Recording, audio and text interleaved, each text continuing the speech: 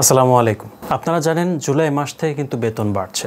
কতটুকু বেতন বাড়ছে, কলেজে প্রবেশকদের আসলে কি অবস্থা, তারা কতটুকু বেতন পাবেন, কতটুকু বেতন তাদের জন্য বরাদ্দ করে রাখা হয়েছে, কিংবা যারা এখন অলরেডি জব করছেন তাদের বেতনের কি খবর।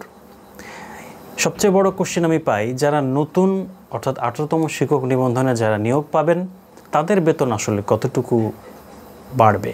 তো আজকের এই ভিডিওটা মূলত আমি সাজিয়েছি যে জুলাই মাস থেকে মূল বেতন যে কাঠামো একজন প্রভাষকের সেটা নিয়ে। তো চলুন কথা না বাড়িয়ে আমরা শুরু করি। তো এখানে আপনারা দেখতে পাচ্ছেন জুলাই থেকে এমপিও শিক্ষকদের বেতন যে লিস্টটা। তো আমার সবার বামে যে লিস্টটা দেখতে পাচ্ছেন সেটা হচ্ছে গ্রেডের ঘর, অর্থাৎ প্রথম গ্রেড থেকে একদম নবম গ্রেড পর্যন্ত। যেহেতু কলেজের প্রভাষকরা নবম গ্রেডে বেতন পেয়ে থাকেন, সুতরাং আমরা এখান থেকে শুরু করব। নবম গ্রেড অর্থাৎ যারা একদম নতুন নিয়োগ পাবেন 18তম শিক্ষক নিবন্ধনে, তাদের বেতনটা আসলে কত বাড়বে। বর্তমান যারা বেসিক কলেজের সেক্ষেত্রে হচ্ছে 22,000 টাকা।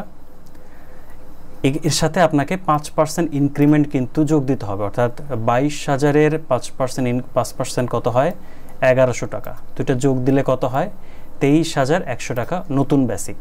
অর্থাৎ আপনারা নতুন চাকরিতে ঢোকার পরে আপনাদের বেসিক হবে 23,100 টাকা, যেটা আগে ছিল 22,000 টাকা। ওকে, এর ফলে সরকার কিন্তু এখানে 10% প্রণোদনা দিচ্ছে এবার, অর্থাৎ নবম গ্রেড কলেজের শিক্ষকদের জন্য 10% প্রণোদনা দিচ্ছে। তো এটার সাথে যোগ দিয়ে 10% প্রণোদনা যুক্ত হচ্ছে প্রায় 2310 টাকা। ওকে, সো 23,100 প্লাস হচ্ছে 2310, এই দুটা মিলিয়ে হচ্ছে আপনার 25,410 টাকা। অর্থাৎ আপনারা একদম চাকরিতে এবার ঢুকলেই নতুন বেতন পাবেন 25,410, যেটা আগে পেতেন 23,100 টাকা। ওকে, আর পূর্বে প্রাপ্ত প্রণোদনা পেতেন হচ্ছে 1100 টাকা। পূর্বে যত বেতন পেতেন সেটা হচ্ছে 23,100 টাকা। ওকে, যেটা একটু আগে আমি বললাম। এবং আপনার মোট বৃদ্ধি কত হলো, এই 25,410-এর ভেতরে 23,100 টাকা যদি আপনি বাদ দেন তাহলে আপনার বাড়ছে হচ্ছে 2310 টাকা। অর্থাৎ আপনি যদি এখন নতুন জব পান তাহলে 2310 টাকা বেশি বেতন পাবেন আগের চাইতে। ওকে, ধরুন এখন রানিং যেসব টিচার রয়েছেন যারা 8ম গ্রেডে যারা জব করছেন তারা বেতন পান 23,000-এ। ওকে, আপনাদের বর্তমান বেসিক 23,000। এখন 5% ইনক্রিমেন্টের সাথে যোগ দেন তাহলে 1150 টাকা হয়।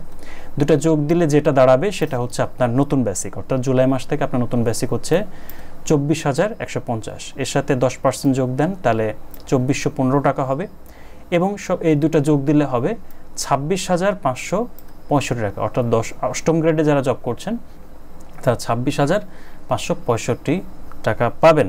এবং গতবারের সাথে আমরা যদি তুলনা করি তাহলে আপনার বেতন বাড়ছে 2415 টাকা। ওকে, সেমভাবে 7ম গ্রেড যারা রয়েছেন, 7ম গ্রেডে যারা জব করছেন তাদের গতবারের চাইতে এইবারের বেতন বাড়বে 3,045 টাকা। 6ষ্ঠ গ্রেডে যারা জব করছেন তাদের বেতন বাড়বে 3,725। 5ম গ্রেডে 4,515। 4র্থ গ্রেডে 5,250 টাকা। 3য় গ্রেডে 5,880 টাকা। 2য় গ্রেডে 6,930 টাকা এবং 1ম গ্রেডে 8,190 টাকা। এখন অনেকে প্রশ্ন করতে পারেন যে 8ম গ্রেড এবং নবম গ্রেডের বেতন কম, বাকিগুলো বেশি কেন? এটার মূলত উত্তরটা হচ্ছে এই পার্সেন্টেজের কারণে মূলত এই জিনিসটা হয়েছে। তো এই হচ্ছে মোটামুটি ঘটনা। তো মহার্ঘ ভাতা যেহেতু সরকার দেয় নাই, তার পরিবর্তে এই 10% যে প্রণোদনা দিয়েছে, এর ফলে এই বেতনটা নতুন করে আপনারা পাচ্ছেন। যারা নতুন জয়েন করছেন তাদের জন্য এটা লাভজনক হবে এবং যারা আগে থেকে জব করছেন তাদের জন্য এটা লাভজনক হবে। আশা করছি আপনারা এই সিস্টেমটা বুঝতে পেরেছেন। অবশ্যই যদি আপনার এই ভিডিওটা আপনার উপকারে আসে অবশ্যই কমেন্টে একটু জানাবেন এবং আমাদের চ্যানেলের পাশে থাকবেন। সো ধন্যবাদ, দেখা হবে অন্য কোনো ভিডিওতে। আল্লাহ হাফিজ।